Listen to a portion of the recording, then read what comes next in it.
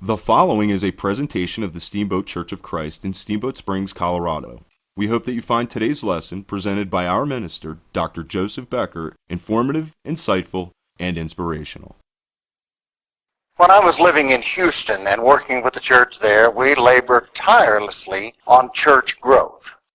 Now, I could preach a whole series of sermons on things that we tried which did not work for us, because we tried a lot of things. Now, this was not a dead congregation. Far from it. The body there did not lack for zeal for the gospel or love for the lost. Our baptistry was in frequent use. I myself baptized somewhere between 100 and 200 people in my 12 years there, and I was not the only one who was baptizing new Christians.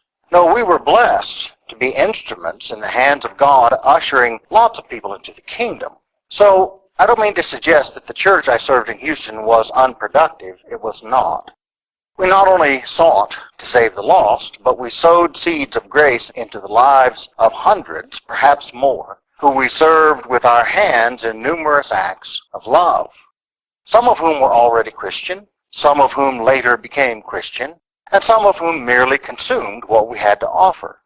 So I don't mean to suggest that our efforts were wasted. They were not.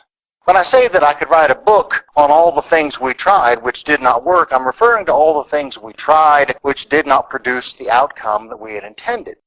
Because of all the people that we did reach, of all the people who did respond favorably to the grace that we sowed into the world around us, of all the fruit that the kingdom did reap as a result of our efforts, I cannot name one soul. Not one single person who came to us in the first place because of a church growth program. Not one. No, every person we reached came to us organically, through person-to-person contact, in the context of things we were doing for the Lord or for ourselves as a body that had nothing to do with any systematic or program plan for church growth. Hands down, bar none. Now, this is not an indictment of church growth programs. Such programs obviously work for some churches, sometimes. Otherwise, why would so many churches try them? And why would church growth as an industry be a multi-million-dollar enterprise? I mean, in preparation for this lesson, I did an Amazon search for church growth, in quotation marks, which yielded over 6,200 book titles. So, it would seem that the church growth industry is at least as beneficial to the body of Christ as is the dietary supplement industry to the human body. If it didn't work sometimes, no one would try it. So, no, that isn't my point. My point is that none of the programs that we tried at Southwest Central worked for us. And after 3 or 4 major endeavors into which we poured a great deal of time, money, and effort, I think I figured out why. You see, in the 80s and 90s, a new phenomenon arose, the mega church, churches that grew very quickly to enormous size. And all the ministers who were at the helm of these churches that took off wrote books telling about the journey they took to get where they were. But they were clever enough not to write tell-all books. No, the books were intended merely to inspire others, and what they did was to tell the rags to riches story of how this minister showed up in town with nothing but a list of phone numbers and a handful of quarters, and 5 years later had a congregation of 20,000. But those books didn't tell us how that happened. They only told us that it happened. But for a fee of $1,000 a head, you can come to one of their seminars with 300 other people, and they'll tell you how they did it, and send you home with a packet of materials that you can annoy your co-workers and elders with for a year until you wear them down and get them to give you permission to annoy the whole congregation with it for 6 weeks, trying to persuade them to do what they did over at First Episcopalian. Well, we sent a contingent of people to one of those megachurch mills, and they came back all astir about how to set Southwest Houston on fire. And when they made their report to the rest of the staff and elders, they were ready to begin immediately, if not sooner. And what they reported to us about the seminar was this. After having worked at church growth for years and years to no avail, this church, the sample church that they had gone to study, had decided to go back to the drawing board. So they ceased most of what they were doing and dedicated themselves to prayer. And they met in the church basement and prayed for guidance, seeking the Lord's will for them, agreement with His Word, and agreement with one another. And they kept meeting and kept praying and kept testifying to one another until they all felt certain that they had received that very guidance, which took over a year. And when they felt confident that they were all on the same page with God and with His Word and with one another, they developed an action plan. Now, at this point in their report, I was on board. I was tracking with them. All this made sense to me. Everything we had tried up to that point had been developed by committees, by the elders or by ministers or by ministry teams, who then try to get the congregation on board while asking God for His blessing. But this church in Chicago, the Willow Creek Church, had taken a different approach. Rather than focusing on a desired outcome and asking God how to achieve that outcome, they surrendered totally to the will of God, and they stopped and listened, not just until they heard, but until they understood. And not just until the most astute among them understood, but they prayed and listened and counseled one another until they all understood. Then they developed their action plan. And when the team making their report to us got to that point in their presentation, I was leaning forward in my chair, which if you don't know, that means I'm excited. That's about as good as it gets. But yes, I was thinking, yes, this is wisdom. Rather than starting yet another program, let's stop, stand still for a while, and listen to the voice of God. Now, some years after this, we did that very thing, and the experience and the results were amazing, and I'll tell you about that sometime before too long. But that is not what we did on this occasion. As a matter of fact, people who had been to this seminar, from all appearances, didn't even consider taking that course of action. No, as far as they were concerned, the testimony about this church's year of prayer was important only because it validated what they wanted to say next. They spent a year in prayer, they told us, and then they developed an action plan, and we have purchased their action plan, and we would like to implement that plan here, now. At which point, my heart sank within me. And I knew right away that we were in for a year or two of wasted effort. Because as my countenance fell, everybody else's face in the room lit up, and they eagerly put forth their hands and said, yes, give us this action plan. Now, I received the action plan as well, and I looked it over, and as action plans go, it was a good one. All of the steps in the plan were measured, reasonable, and biblical. But there was something critical amiss from this action plan. The first action, the action of discerning the Lord's will for us.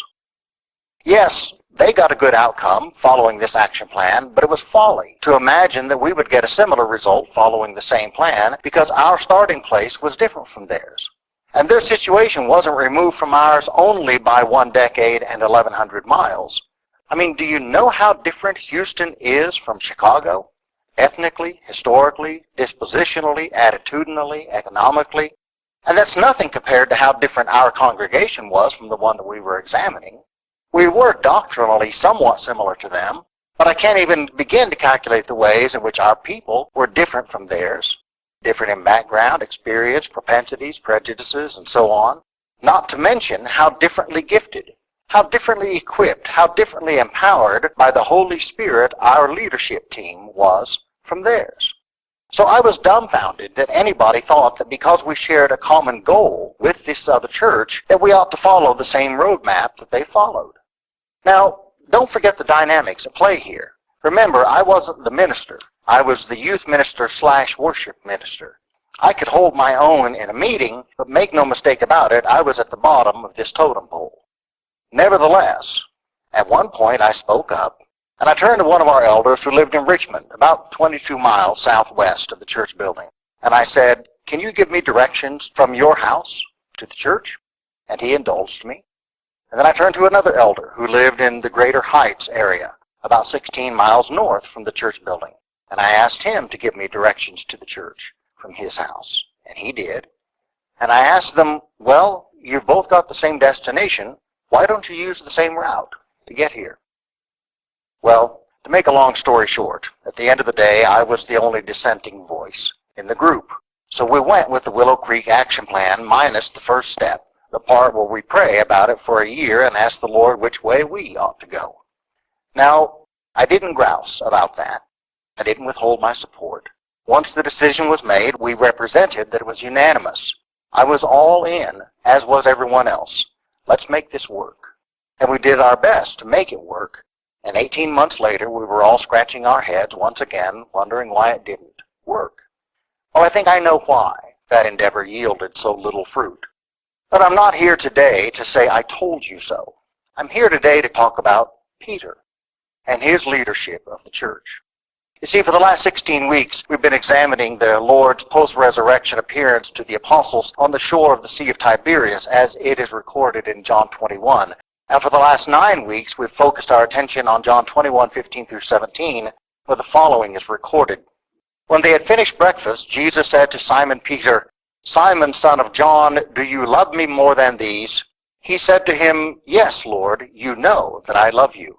He said to him, "Feed my lambs." He said to him a second time, "Simon, son of John, do you love me?" He said to him, "Yes, Lord, you know that I love you." He said to him, "Tend my sheep."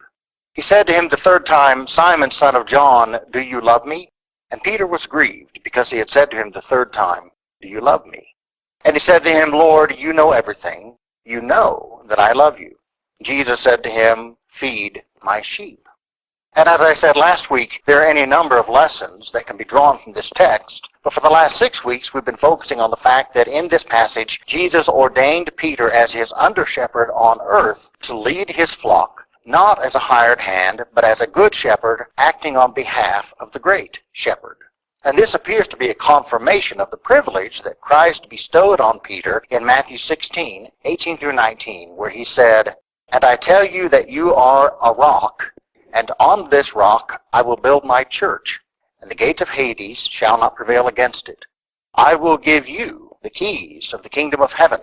Whatever you bind on earth will be bound in heaven, and whatever you loose on earth will be loosed in heaven."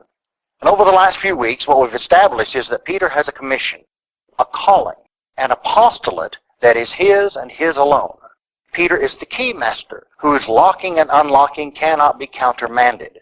And his job as the keeper of the keys of the kingdom of heaven is to lock some locks and to unlock some others on behalf of the church. That is to say, by the Lord's command and decree, it is up to Peter to open some doors for the church and to close some other doors for the church. And whatever doors he opens cannot be closed. And whatever doors he closes cannot be opened. And this is vitally important for us to internalize. Christ chose Peter to be the key master. And embedded in that choice, embedded in that commission, is an implicit vote of confidence. When Jesus chose Peter to be the key master, that necessarily implies that he trusted Peter to be the key master. Whatever doors were to be opened unto the church, the Lord trusted Peter to open them. And whatever doors were to be closed unto the church, the Lord trusted Peter to close them. And the Lord's confidence in Peter was so certain that he bonded Peter. Now, a bond, if you don't know, it's an agreement under which a bonding or insurance company guarantees to take on the liability of any damages in the event that the bonded party causes financial loss to the insured. And in many industries, you can't do business without a bond. When I was working with Wichita Habitat for Humanity, the chairman of our board was Charles Eby, and our offices were housed in the Eby construction building, which building had lots of empty space in it at the time because just prior to that time, they had had to suspend operations and had laid off most of their employees because they had come to an impasse with their bonding company. Eby had been in business since 1937 and had never defaulted on a loan and had never failed to pay its bills. But in 2001, I believe it was, they had a single multi-million-dollar contract that they completed, but their customer did not pay the bill. And when they went to get bonding for their next big contract, the bonding company refused to bond them. Now, Eby had enough cash on hand to cover the loss from the unpaid contract, and they had enough cash on hand to bond themselves for their current project. But the bonding company wouldn't let them do it, and the courts sided with the bonding company.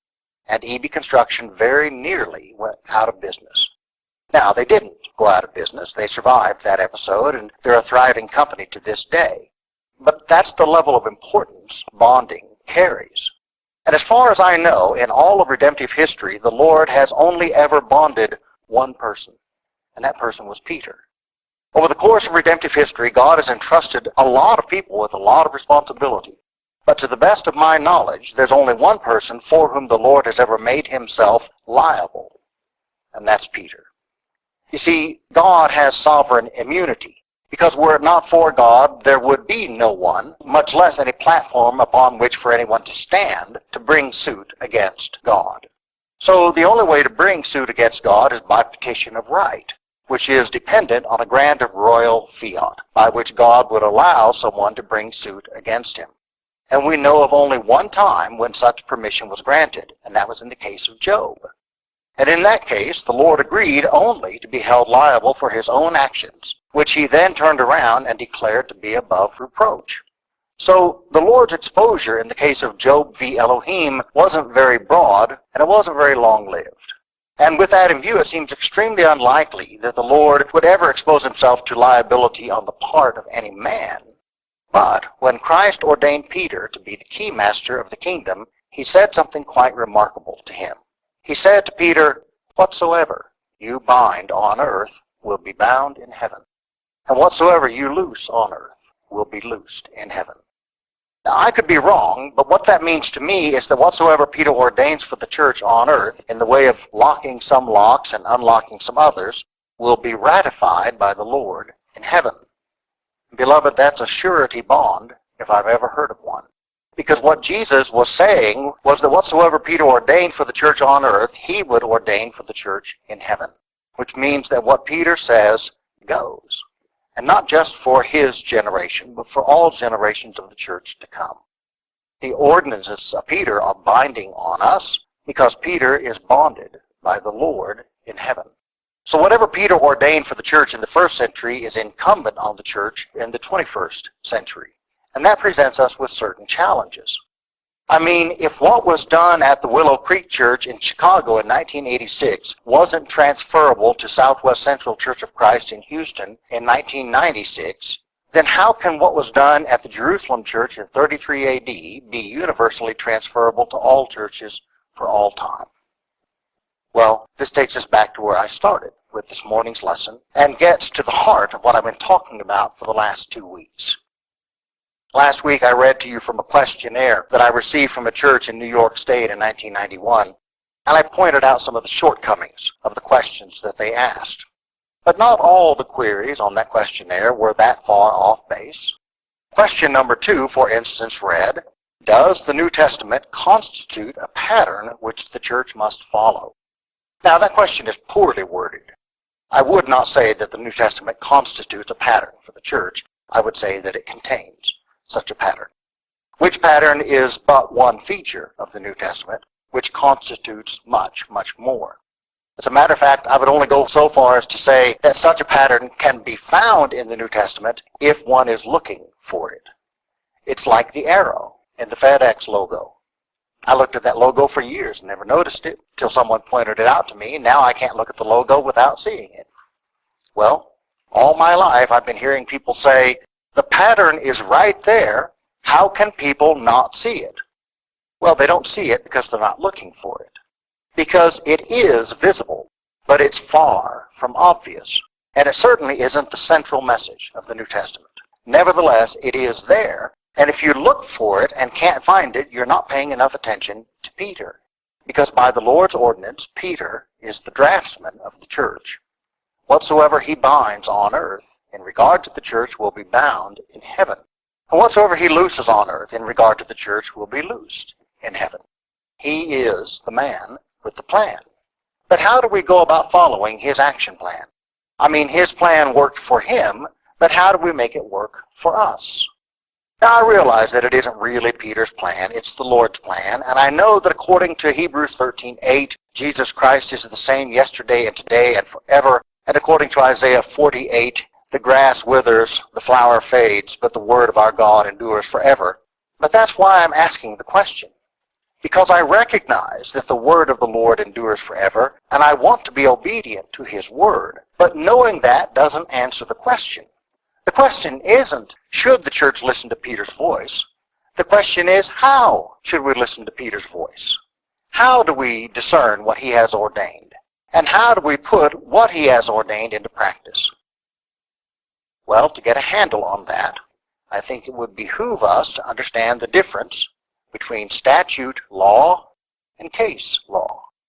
Now, don't be bothered by my usage of the word law.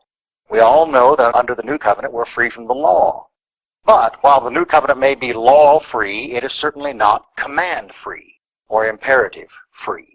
And obedience to those imperatives, as I understand the matter, is part of the law of the Spirit of life in Christ. And the law of the Old Covenant is our tutor.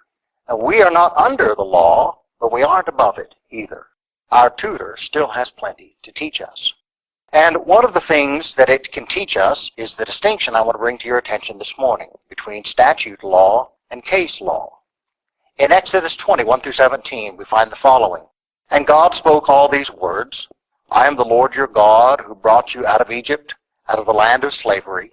You shall have no other gods before me. You shall not make for yourself an image in the form of anything in heaven above or on the earth beneath or in the waters below. You shall not bow down to them or worship them. For I, the Lord your God, am a jealous God, punishing the children for the sin of the parents to the third or fourth generation of those who hate me, but showing love to 1,000 generations to those who love me and keep my commandments. You shall not misuse the name of the Lord your God, for the Lord will not hold anyone guiltless who misuses his name. Remember the Sabbath day and to keep it holy. 6 days you shall labor and do all your work, but the seventh day is a Sabbath to the Lord your God. On it you shall not do any work, neither you, nor your son or daughter, nor your male or female servant, nor your animals, nor any foreigner residing in your towns. For in 6 days the Lord made the heavens and the earth, the sea, and all that is in them, but he rested on the seventh day. Therefore the Lord blessed the Sabbath day and made it holy. Honor your father and your mother, so that you may live long in the land that the Lord your God is giving you. You shall not murder. You shall not commit adultery. You shall not steal. You shall not give false testimony against your neighbor. You shall not covet your neighbor's house. You shall not covet your neighbor's wife, or his male or female servant, his ox or donkey, or anything that belongs to your neighbor. Now, beloved, that is statute law. Those are imperatives and prohibitions laid down by direct command.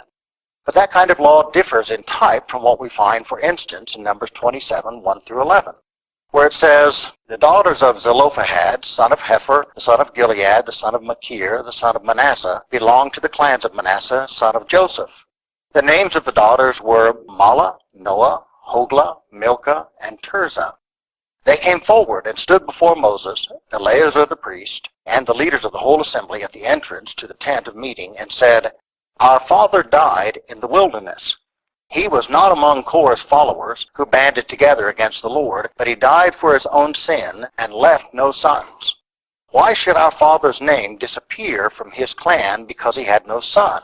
Give us property among our father's relatives. So Moses brought their case before the Lord, and the Lord said to him, What Zelophehad's daughters are saying is right. You must certainly give them property as an inheritance among their father's relatives, and give their father's inheritance to them. Say to the Israelites, if a man dies and leaves no son, give his inheritance to his daughter. If he has no daughter, give his inheritance to his brothers. If he has no brothers, give his inheritance to his father's brothers. If his father has no brothers, give his inheritance to the nearest relative in his clan, that he may possess it.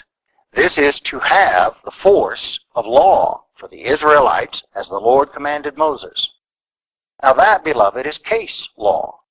Now, as is indicated in verse 11 here, case law is binding the same way that statute law is binding, but they're not the same. In statute law, the letter of the law and the spirit of the law are in constant tension with one another, but the letter of the law tends to take precedence over the spirit. That is, in statute law, what the law says is more important generally than what it means. But it is just the opposite when it comes to case law, because the ruling force of the precedence of case law is not in the particulars of the original case, but in the principle upon which the case was decided. In the case of the daughters of Zelophehad versus Manasseh, the broad principle underlying that decision was, in the absence of law, do what is right and equitable.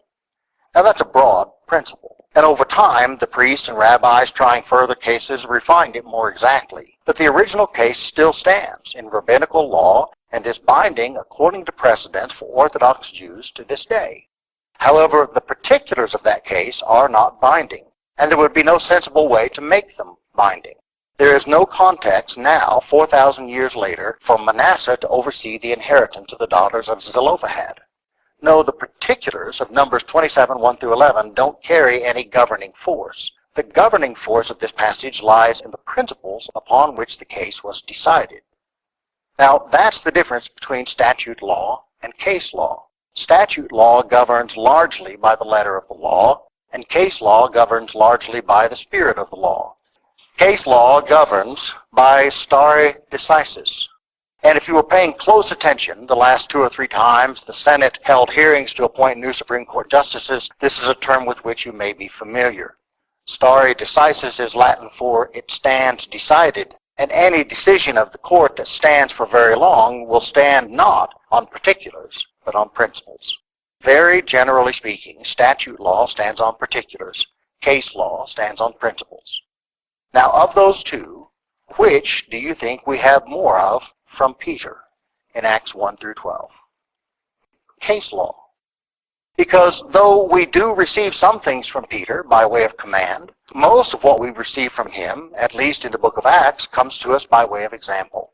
And when it comes to case law, wherein does the governing force lie? In the particulars or in the principles? Well, in the principles. Now, bearing that in mind, what do you suppose would have happened if in 1996, at our church in Houston, if we had applied this rule to making the best use of the experience of the Willow Creek Church? Well, for starters, we wouldn't have made our decision about what to do at our congregation based on the particulars of what their decision about what to do at their congregation were. No. If we had wanted to follow their example, we would have focused on the principle underlying their decision, rather than on the particulars. And the principle underlying their decision involved the whole congregation engaging in a year of prayer, seeking the Lord's will for themselves, agreement with His Word, and agreement with one another. And when they had all 3 of those in place, they did put pen to paper on their action plan. But when we looked at their report, we didn't read it the way we ought to have read it. No, instead, as if by force of habit, we read their report the way that we have historically read the Bible. Because in our tradition, in the churches of Christ, we have failed to make a clear distinction between statute law and case law. And we read every imperative as though it is a statute. And as a result, we're in the habit of paying far too little attention to the principle behind a course of action and far too much attention to the particulars. But, beloved, the great majority of what we have received by way of command, example, and necessary inference in the New Testament doesn't come to us as statute law, but as case law. But because we treat it all as statute law, I'm persuaded that we've seriously misapplied the principle of abiding by whatsoever we receive by way of command, example, and necessary inference, because we have flattened out the whole idea of case law and have lumped principles and particulars together as though they were the same thing.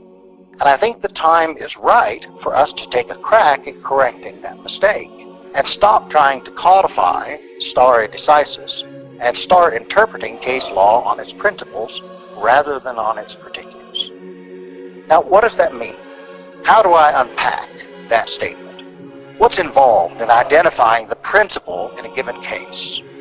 And what do we do with the particulars? How would such an approach play out in the New Testament? And what would happen if we put that principle to work as we strive to be the church modeled after the first century church? Come back next week, and I'll tell you. That's my lesson for today. This has been a presentation of the Steamboat Church of Christ. We hope that you have found Dr. Becker's message well appointed. To hear more lessons like this one, visit our website at www.steamboatchurch.org or come see us at 1698 Lincoln Avenue in Steamboat Springs, Colorado. Bible classes are Sunday mornings at 9:30 and worship services are at 10:30. We look forward to meeting you. Until then, may the grace and peace of our Lord Jesus Christ be with you.